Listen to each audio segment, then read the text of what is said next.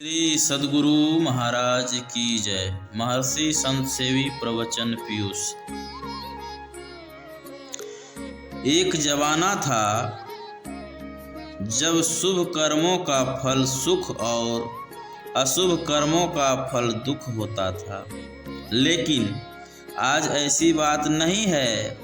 उनका यह भी कथन है कि जो लोग बुरे बुरे कर्म करने वाले हैं वे तो ऐश आराम और मौज से रहते हैं, और जो अच्छे अच्छे यानी पुण्य कर्म करने वाले हैं वे दीनहीन, दुखी और चिंतित देखे जाते हैं। यथार्थ में बात ऐसी नहीं है। वास्तविक बात तो यह है कि विभिन्न प्रकार के कर्म होने के कारण उनके फल भी भिन्न भिन्न समयों में मिला करता है। यथा मान लीजिए हमने 1 घंटे के अंदर 3 पेड़ लगाए। केले का पेड़, आम का और अखरोट का। केले का पेड़ 6 मास में 12 मास में भीतर फल देता है। आम का पेड़ 4-5 साल में फल देता है और अखरोट का पेड़ 40 साल की लंबी प्रतीक्षा के बाद फल देता है। मान लीजिए जब हमारी उम्र 40 साल की हुई तब हमने अखरोट का पेड़ लगाया, और जब हमारी उम्र 60 साल की हुई तब हमारा शरीर छूट गया। अब हम इस जन्म में उस अखरोट के फल को कैसे खा सकते हैं? अवश्य ही हम दूसरे जन्म में खा सकेंगे। इसी प्रकार हमने इस जन्म में बुरे कर्म रूपी अखरोट का पेड़ लगाया। फल पकने के पूर्व ही शरीर छूट गया। जब हमारा दूसरा जन्म हुआ तो अच्छी संगति अच्छी मिली और हम अच्छे अच्छे कर्मों को करने लगे, लेकिन हमारे पूर्व जन्म के बुरे कर्म का फल कौन भोगेगा? इसलिए अच्छे अच्छे कर्म करने वाले दीन दुखी देखे जाते हैं। इसी प्रकार हमने इस जन्म में अच्छे कर्म रूपी अखरोट का पेड़ लगाया है, और शरीर छूटने के बाद जहाँ हमारा जन्म हुआ बुरी संगति पाकर हम बुरे बुरे कर्मों को करने लग गए। अब हमारे पूर्वकृत शुभ कर्म का फल कौन भोगेगा? इसलिए बुरे कर्म करने वाले होते हुए भी सुखी देखे जाते हैं। यह है कर्म का फल। और बात को जाने दीजिए, भगवान श्री राम को लीजिए। हालांकि वे महापुरुष मर्यादा पुरुषोत्तम थे, बहुत ऊंचे उठे हुए थे, लेकिन नर शरीर में आकर नर लीला के द्वारा उन्होंने कर्म फल को चित्रित कर दिखलाया है। उदाहरणार्थ बाली और सुग्रीव दोनों भाई थे। जब दोनों भाइयों में वैमनस्य होता है तो भगवान श्री राम सुग्रीव का पक्ष लेते हैं और प्रतिज्ञा करते हैं, सुन सुग्रीव मैं मारी हूँ, बाली एक ही बाण, ब्रह्म रुद्र शरणागतहु, गए न उबरहि प्राण। एक और सुग्रीव से मित्रता के कारण भगवान की यह प्रतिज्ञा थी, और दूसरी ओर बाली को यह वरदान था कि जो हमारे सामने में युद्ध करने आएगा उसका बल तुम में आ जाएगा। इसलिए यदि भगवान श्री राम उसके सामने में युद्ध करने जाते तो एक तो उसका तपस्या का बल था ही, और दूसरा भगवान श्री राम का बल भी उसमें मिल जाता। इस प्रकार यह अत्यधिक बलशाली हो जाता। फलतः भगवान श्री राम भी उसके सामने फीके पड़ जाते। इसलिए भगवान श्री राम भी उसके सामने होकर युद्ध नहीं करके वृक्ष की ओट लेकर सर साधन करते हैं। गोस्वामी तुलसीदास जी सरीखे राम भक्त को लिखना पड़ा, विटप ओट दे खहीं रघुराई। इस प्रकार वृक्ष की ओट लेकर वृक्ष की आड़ में छिपकर भगवान श्री राम बाली का वध करते हैं। जिस समय बाली को तीर लगता है और वह पृथ्वी पर गिर जाता है, तब भगवान श्री राम उसके सामने में आते हैं। बाली कहता है, धर्म हेतु अब तेरे गुसाई, मारहु मोहि व्याध की नाई।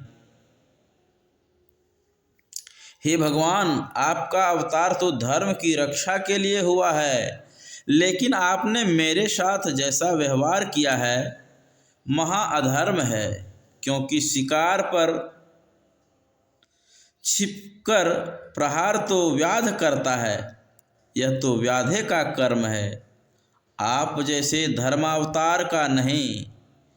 गोया बाली शाप देता है।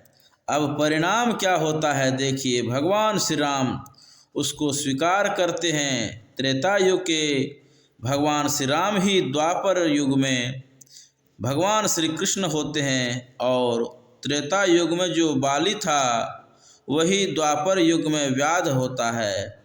जब यदुवंश का नाश हो चुका, भगवान श्री कृष्ण जंगल में जाकर चिंतामग्न हो पैर पर पैर रख करके बैठे हुए थे। व्याधे की दृष्टि उसके थका हुआ मृग अपनी जिह्वा निकाल कर बैठा हुआ है, उस पर तीर चलाता है, जो तीर भगवान के तलवे को चीर देता है।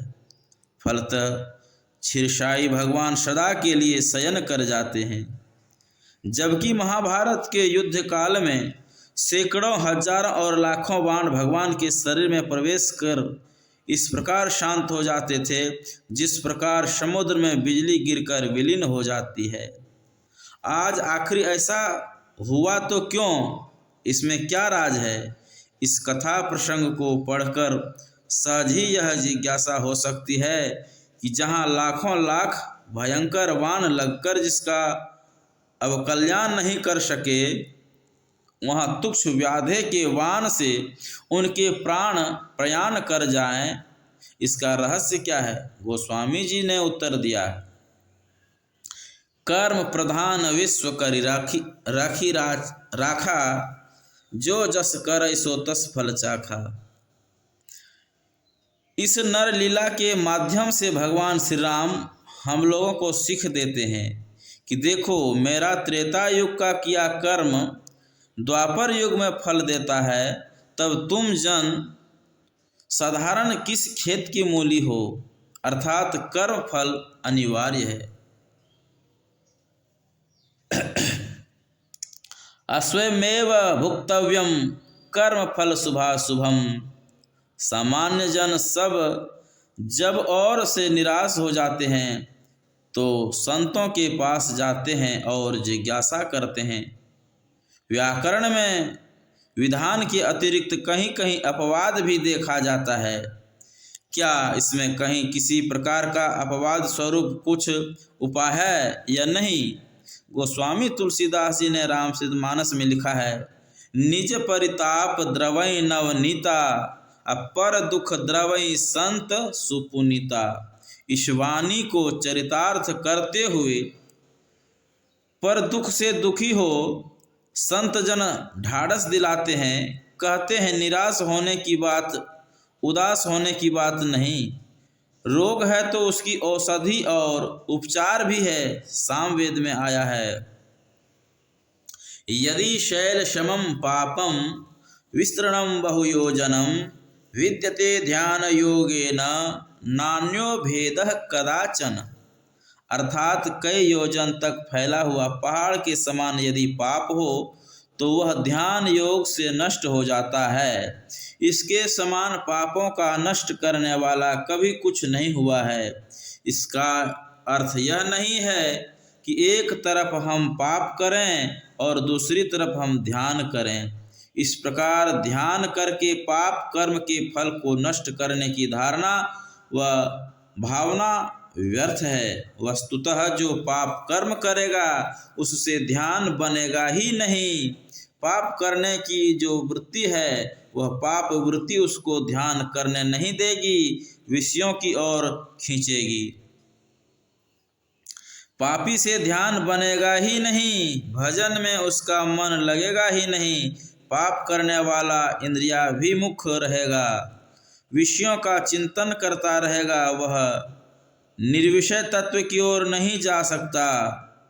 भगवान श्री कृष्ण ने श्रीमद् भगवद गीता के 2 अध्याय में कहा है, विषय चिंतन से आसक्ति, आसक्ति से काम, काम से क्रोध, क्रोध से मूढ़ता, मूढ़ता से अचेतता, और इससे ज्ञान का नाश हो जाता है।